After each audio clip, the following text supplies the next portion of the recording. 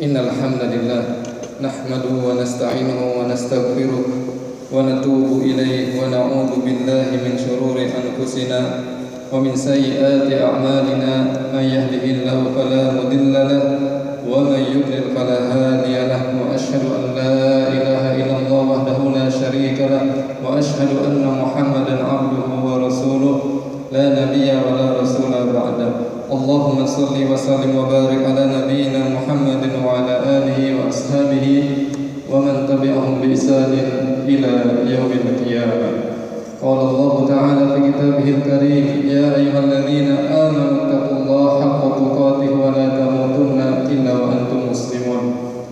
Wa qala aidan, ya ayyuhalladzina amanu taqullaha wa qulu qawlan sadida yuslih lakum a'malakum wa yaghfir lakum dhunubakum. Wa man yuti'illaha wa rasulahu faqad faza fawzan 'azima. Amma ba'd.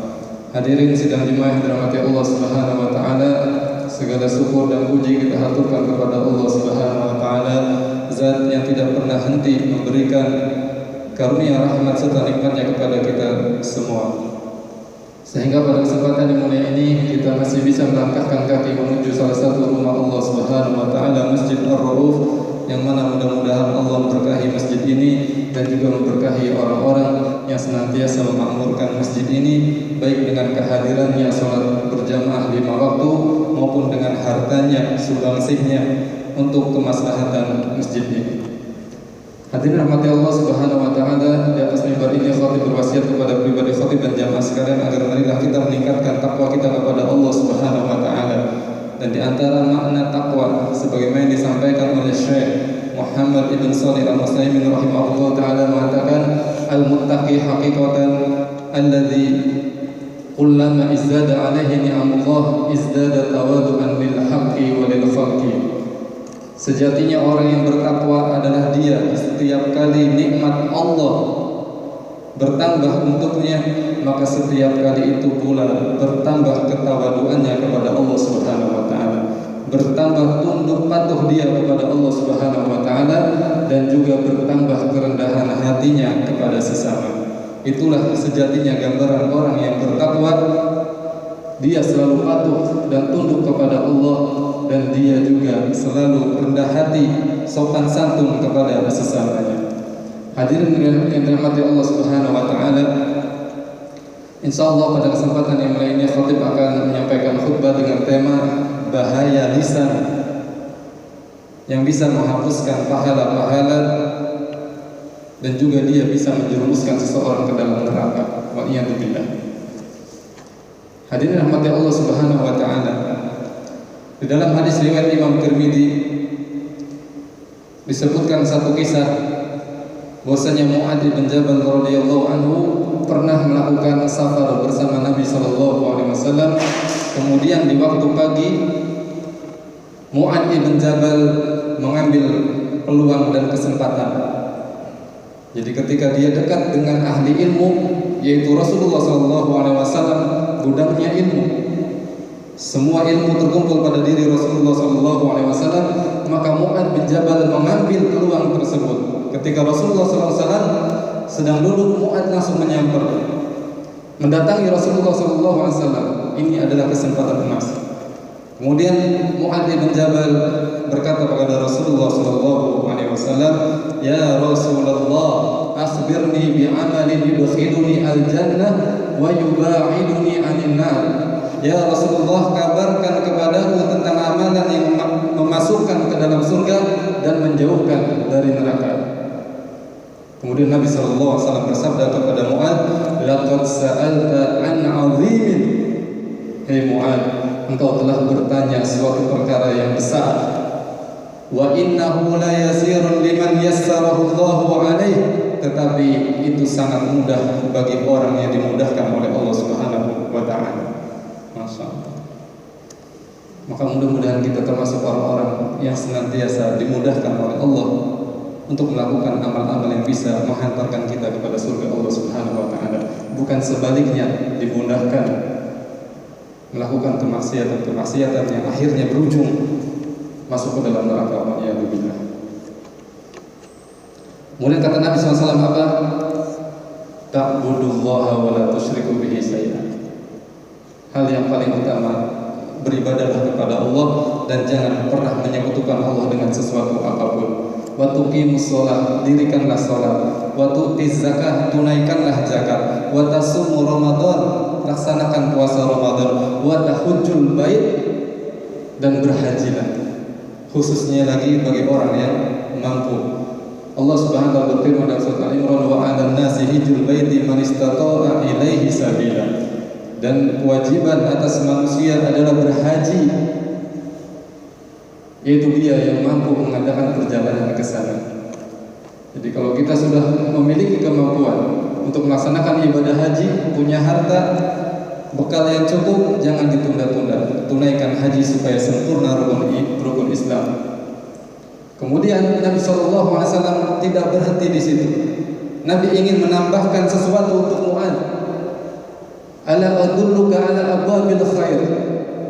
Maukah aku tunjukkan kepadamu sebagai tambahan pintu-pintu kebaikan? Qala bala ya Rasulullah, tentu wahai Rasulullah.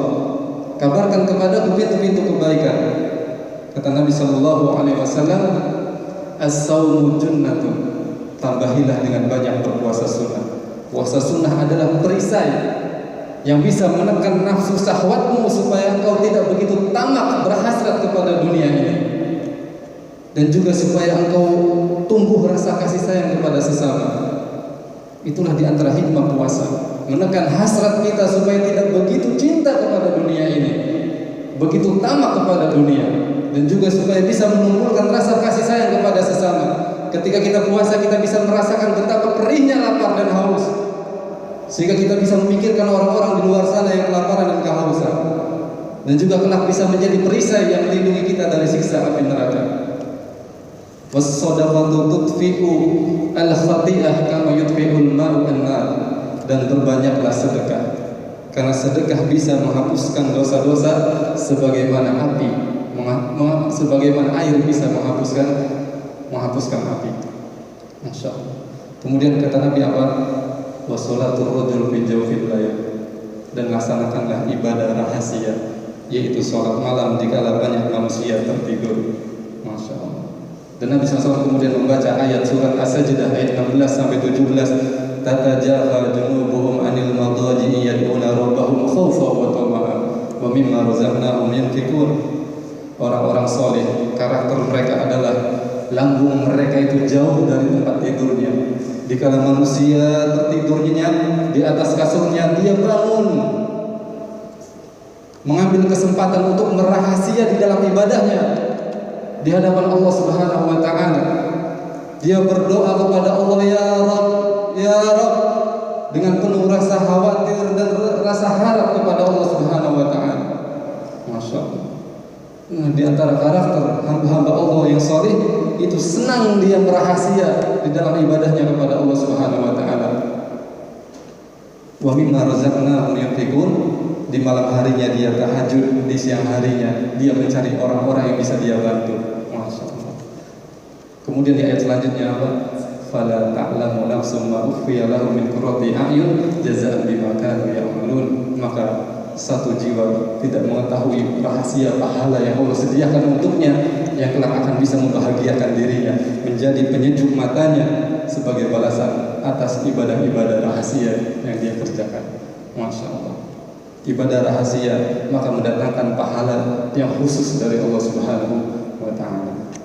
Kemudian Nabi SAW melanjutkan lagi kepada Mu'adz, ala ukhbiruka bi ra'si al-amr wa umudihi wa dhirwati sanamihi. Ya Mu'adz, mau saya tambahkan lagi tentang modal segala urusan, tiangnya dan juga puncak kejayaannya. Qala bala ya Rasulullah, tentu ya Rasulullah, kabarkan kepadaku. Rasulullah SAW bersabda, Rasul amri al-Islam.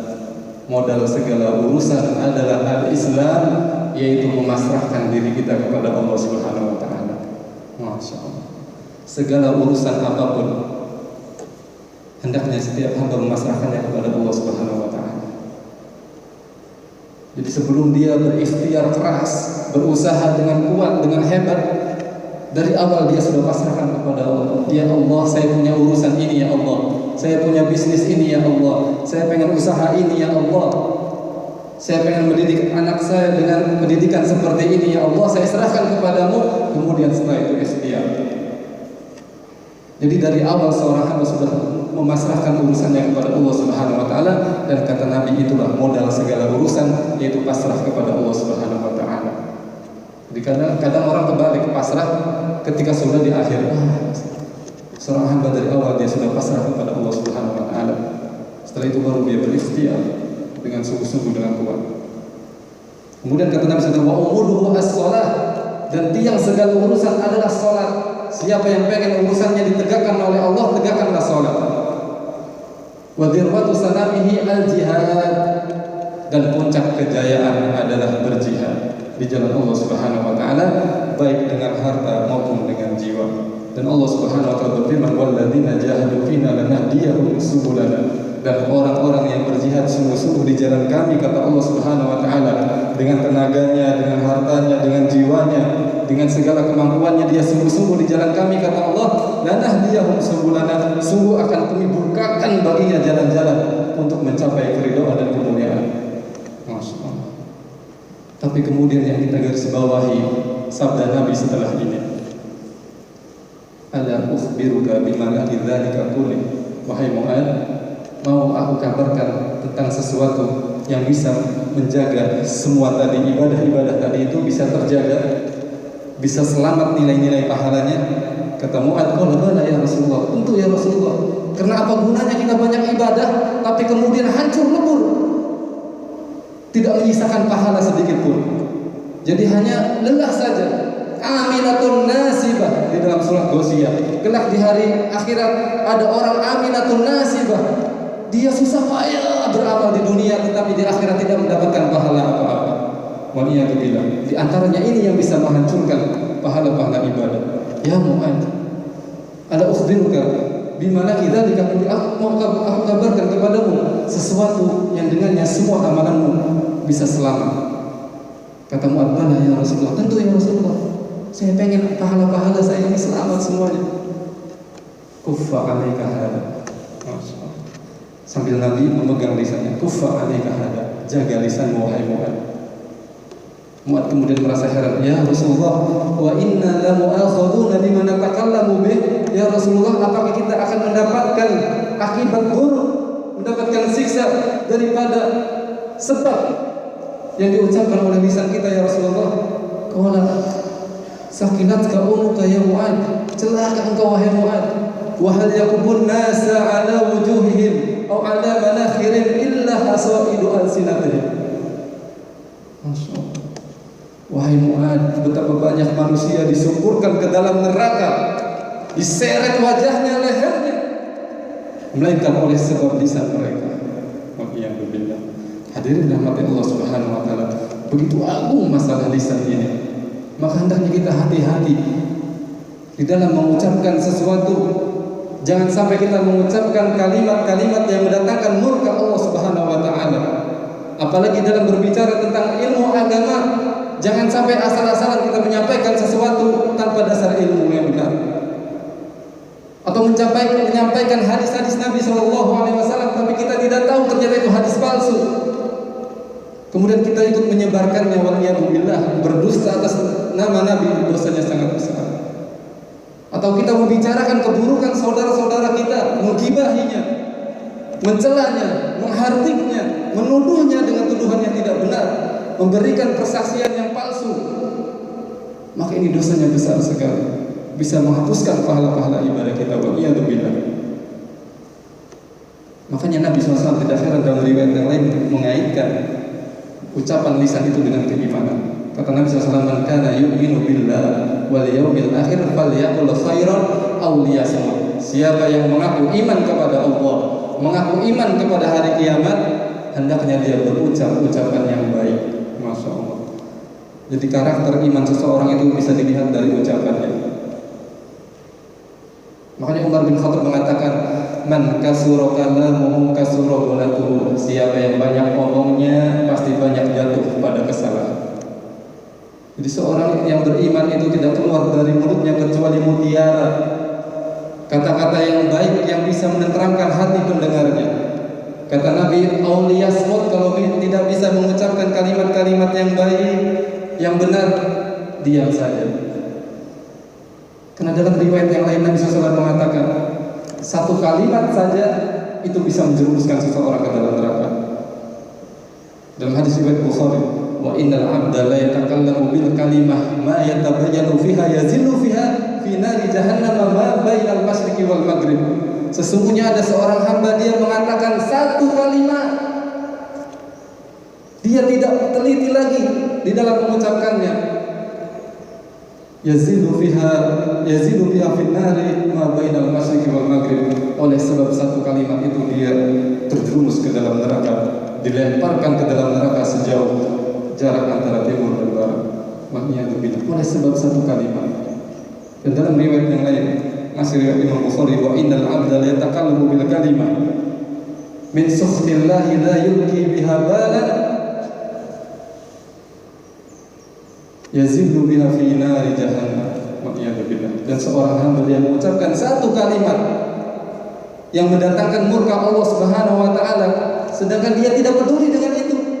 Dia asal ucap saja, asal ceplok saja. Dia tidak meneliti dan tidak peduli bahwa itu bisa menyakiti orang yang mendengarnya, atau membicarakan aib orang lain. Apabila dia mendengar pembicaraan itu, dia akan sakit hati. Maka itu bisa mendatangkan murka Allah Subhanahu wa taala. Dan kata Nabi, oleh sebab satu kalimat itu dia dilemparkan ke dalam neraka jahanam. Maknanya berbeda. Hadirin rahmati Allah Subhanahu wa taala, sungguh begitu besar bahaya lisan ini. Oleh karena tidak heran Nabi sallallahu alaihi wasallam mengabarkan betapa bahaya daripada lisan ini. Dan hadirin rahmati Allah Subhanahu wa taala, Nabi SAW juga mengabarkan kepada kita semua bahwasanya sejatinya yang dinamakan ahli ibadah bukanlah dia yang sibuk dengan ibadah-ibadah amal soleh, tetapi kemudian larangan-larangan Allah dia terjang. Bukan. Kata Nabi SAW, ittaqil maharim takun abbadan nas. Ahli ibadah sejatinya bukan hanya dia yang sibuk dengan amal-amal ibadah, tetapi juga dia yang berusaha kuat menjauhkan diri dari perkara-perkara yang diharamkan, dilarang oleh Allah Subhanahu wa taala. Aqulu qawli hadza wa astaghfirullah li wa lakum fastaghfiruhu innahu huwal ghafurur rahim.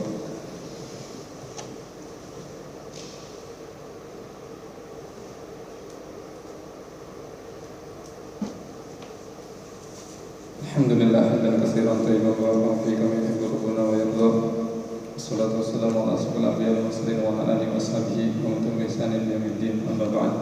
Hadirin sidang Jumat rahmati Allah Subhanahu wa taala, di khutbah yang pertama kali telah menyampaikan bahwasanya amal-amal yang begitu banyak menggunung itu bisa hilang begitu saja pahalanya apabila seseorang tidak bisa menjaga lisannya.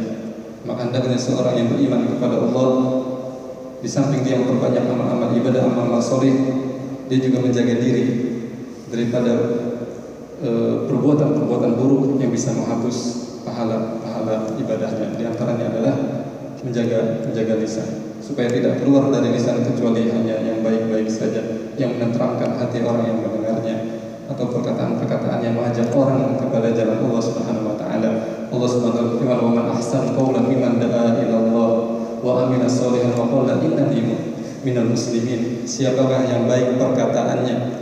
Siapakah yang lebih baik perkataannya daripada orang yang perkataannya itu selalu mengajak orang kepada jalan Allah Subhanahu wa taala? Di samping dia juga memperbanyak amal-amal soleh, dan dia berkata, sesungguhnya aku adalah orang-orang yang berserah diri kepada Allah Subhanahu wa taala. Hadirin rahmati Allah Subhanahu wa taala, sebagai hadis penutup, bahwasanya kelak di akhirat ada orang-orang yang dikabarkan oleh Nabi sallallahu alaihi wasallam sebagai al-muflis, orang-orang yang bangkrut. Rasulullah SAW dalam hadis riwayat Bukhari dan Imam Muslim, beliau pernah bertanya kepada para sahabat, manil muflis? Wahai para sahabatku, siapakah orang-orang yang bangkrut itu?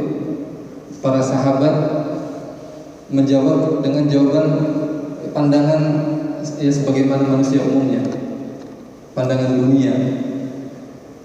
Jadi orang yang bangkrut itu kata mereka al-muflisu fina man la dirham wa la mata. Ya Rasulullah, orang yang bangkrut itu adalah dia yang tidak punya harta, tidak punya uang, tidak punya materi dunia. Itu adalah orang yang bangkrut. Kata Rasulullah, bukan itu. Masya Allah.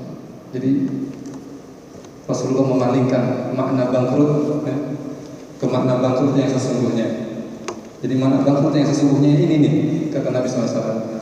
Wa inna muflisa min ummati man ya'ti yaumal qiyamah bi sholatin wa shaumin wa zakatin wa kadza wa kadza. Sesungguhnya orang yang bangkrut dari umatku adalah kelak di akhirat dia membawa pahala salat, pahala puasa, pahala zakat, pahala ibadah ini, banyak sekali dia membawa pahala. Tetapi kata Nabi apa? Wa qad syatama hadza wa qadhafa hadza wa akala mala hadza wa safaka dama hadza wa daraba hadza. Tetapi dia juga membawa dosa, dia telah mencaci maki orang ini. Dia telah menuduh tuduhan yang keji kepada orang ini. Dia memakan harta orang lain, mencuri, mengkorupsi. Dan dia menumpahkan darah orang ini, dan dia memukul orang ini. Fayu'ta hadza min hasanatihi wa yu'ta hadza min hasanatihi. Maka pahala-pahala yang tadi dia bawa itu diambil, diberikan kepada orang-orang yang dia zalimi. Sampai habis hatta idza faniyat turiha finnar. Ketika sudah habis pahala-pahalanya, maka dia dijebloskan ke dalam neraka. Waliyadzubillah. Hadirin hati Allah Subhanahu wa taala. Maka sungguh bangkrut, benar-benar bangkrut. Orang yang beramal lelah di dunia, mengira dia akan masuk surga, tapi ternyata pahala-pahala yang dia kerjakan itu adalah tabungan untuk orang lain yang dia zalimi selama di dunia. Waliyadzubillah. Maka jangan sampai kita seperti itu hidup di dunia ini. Maka sangat penting sekali di samping kita memperbagus hubungan dengan Allah Subhanahu wa taala, kita juga memperbagus hubungan dengan sesama kita. Di antaranya adalah jaga lisan kita supaya jangan menyakiti orang lain, baik itu berkaitan dengan fisik pribadinya, keluarganya atau dan lain sebagainya. Maka mudah-mudahan Allah Subhanahu wa taala senantiasa memberikan taufiknya kepada kita semua untuk bisa berada di jalan-jalan yang mendatangkan ridha Allah Subhanahu wa taala dan menjauhkan kita dari jalan-jalan yang mendatangkan murka Allah Subhanahu wa taala. Akhirnya mari kita tutup khutbah ini dengan berdoa kepada Allah Subhanahu wa taala. Innallaha wa malaikatahu yusholluna 'alan nabi ya ayyuhalladzina amanu shallu 'alaihi wa sallimu taslima. Allahumma shalli 'ala Muhammad wa 'ala ali Muhammad kama shallaita 'ala Ibrahim wa 'ala ali Ibrahim wa barik 'ala Muhammad wa 'ala ali Muhammad kama barakta 'ala Ibrahim wa 'ala ali Ibrahim fil 'alamin innaka Hamidum Majid. Allahumma ighfir lil muslimin wal muslimat wal mu'minin wal mu'minat al ahya'i minhum wal amwat innaka sami'un qaribun mujibud da'wati ya qadil hajat. Allahumma ighfir lana wa li walidina warhamhum kama rabbayana shighara. Allahumma ighfir lana wa li walidina wa lil mu'minina yawma yaqumul hisab. Allahumma aslih lana dinana alladhi huwa ismatu amrina wa aslih lana dunyana allati fiha ma'ashuna wa aslih lana akhiratana allati ilayha ma'aduna waj'al hayata ziyadatan lana fi kulli khair waj'al mauta rahatan lana min kulli syarr. Allahumma inna nas'aluka al-huda was-sadad. Allahumma inna nas'aluka al-huda wat-tuqa wal-'afafa wal-ghina. Rabbana atina fid dunya hasanah wa fil akhirati hasanah wa qina adzabannar. Wa akhiru da'wana alhamdulillahi rabbil alamin wa aqimis shalah.